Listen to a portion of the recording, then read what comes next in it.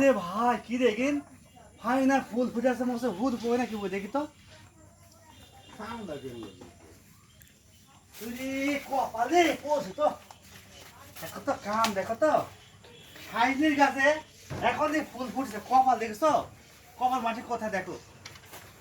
হ্যাঁ বন্ধুরা দেখেন আসলে গাছ ঘন খেলা দিচ্ছে দেখেন